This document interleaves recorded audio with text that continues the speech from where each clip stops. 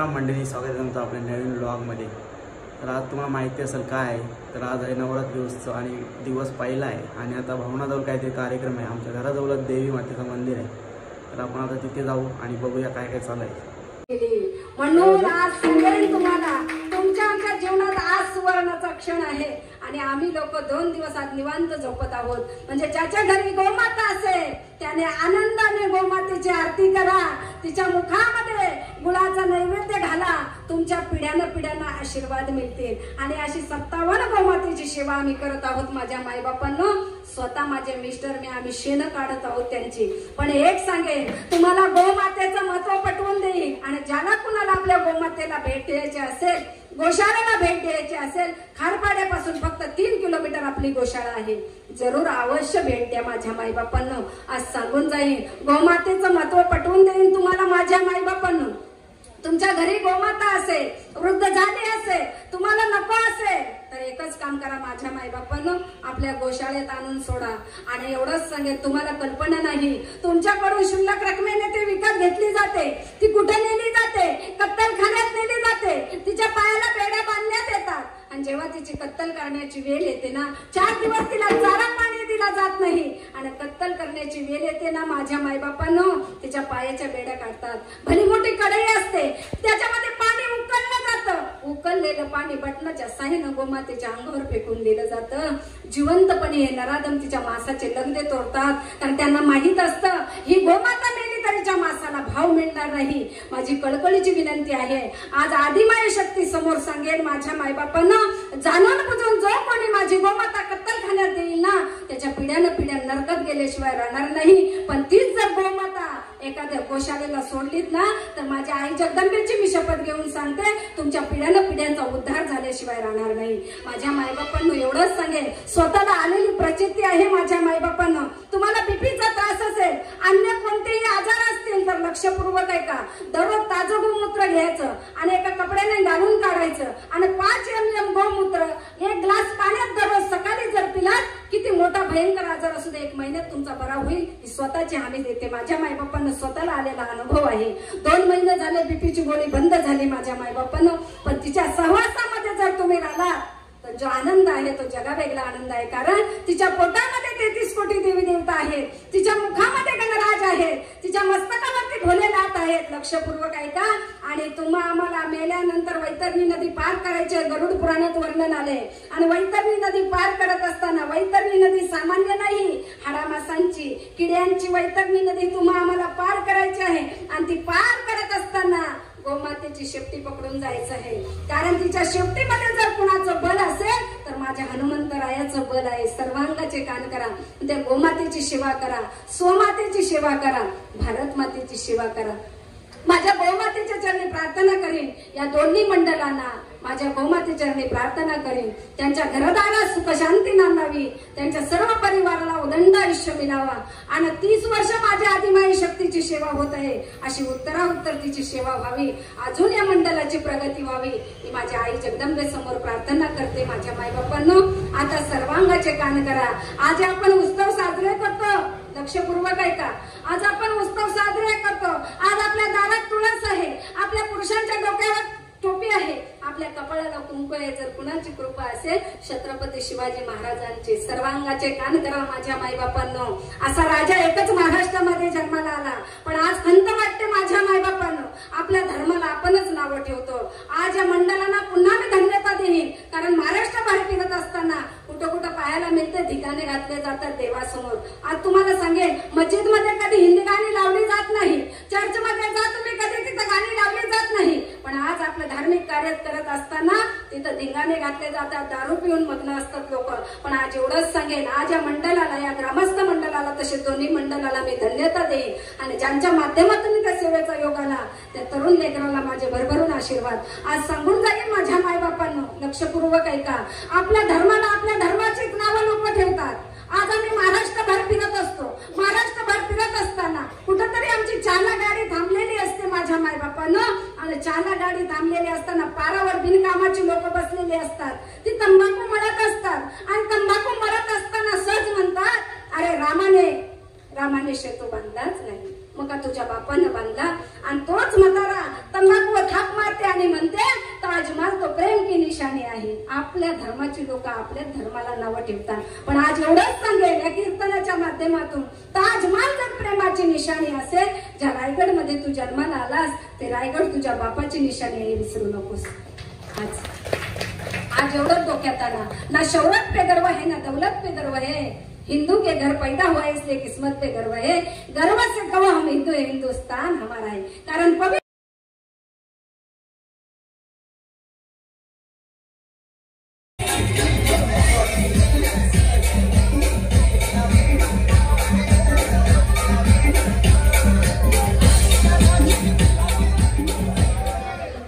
स्पर्धक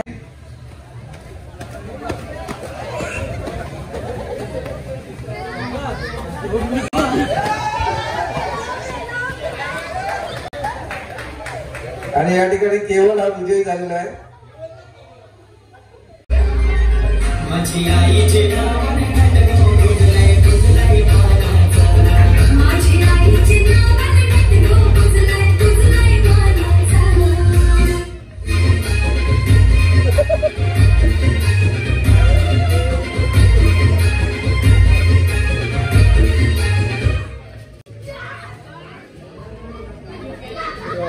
अश्वगंधा बाहेर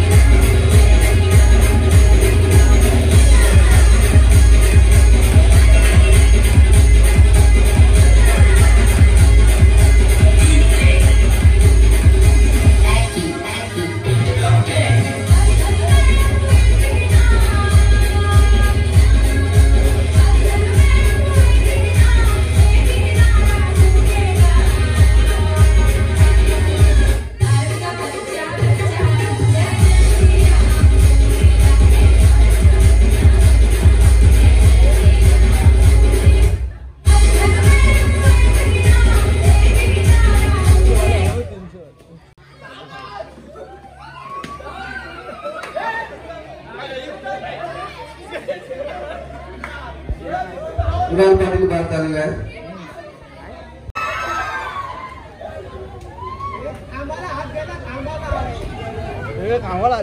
पुढच्या उचलायचे आहेत. आता